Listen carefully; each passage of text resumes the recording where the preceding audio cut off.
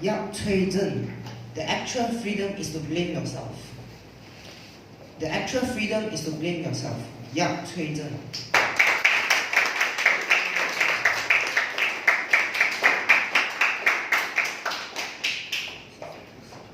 The actual freedom is to blame yourself.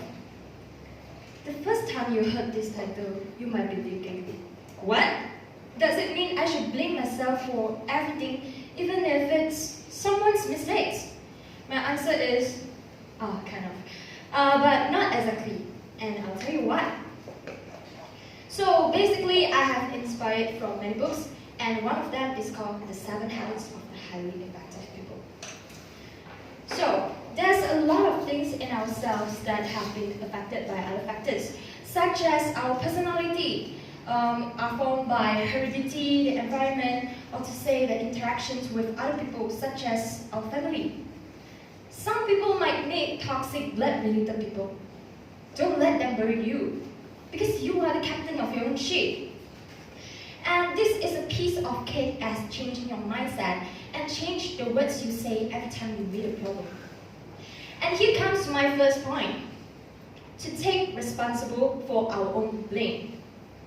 What I meant by blaming yourself doesn't mean to give yourself more stress or to think negatively and try to convince yourself that every time a problem occurs, it is always you who is the troublemaker. No!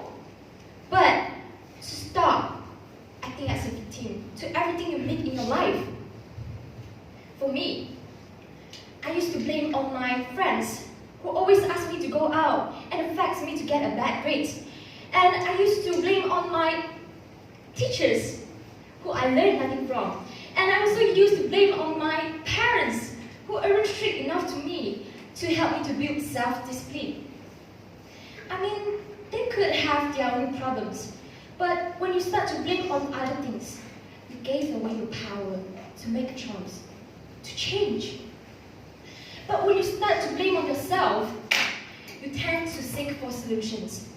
And you no longer blame on other factors because you know that blaming on others cannot solve the problems. And here's a quote said by Jim Roth. Taking responsibility for whatever happens to you is the highest form of human maturity. And my second point is to be proactive to do what you think is right. There's a movie called The Dangerous Mind. In the scene, a teacher was assigned to a multi-race class with different races of students such as Black, Mexican, and Puerto Rican. They all grew up in a horrible society, the darkest corner in the US. A lot of them meet serious racism and poverty.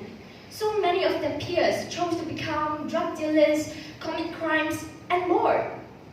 So, this teacher decided to read out a poem to students in the class who were protesting that they have no choice but to go to school. And here's the poem. I will not go underground, because somebody tells me that death's coming around. And I will not let myself to die. When I go to my grave, my head will be high. And she explains that this poem is written by people who have seen the consequences of being as drug dealers. And those people choose a better path, just like them who go to school rather than committing crimes.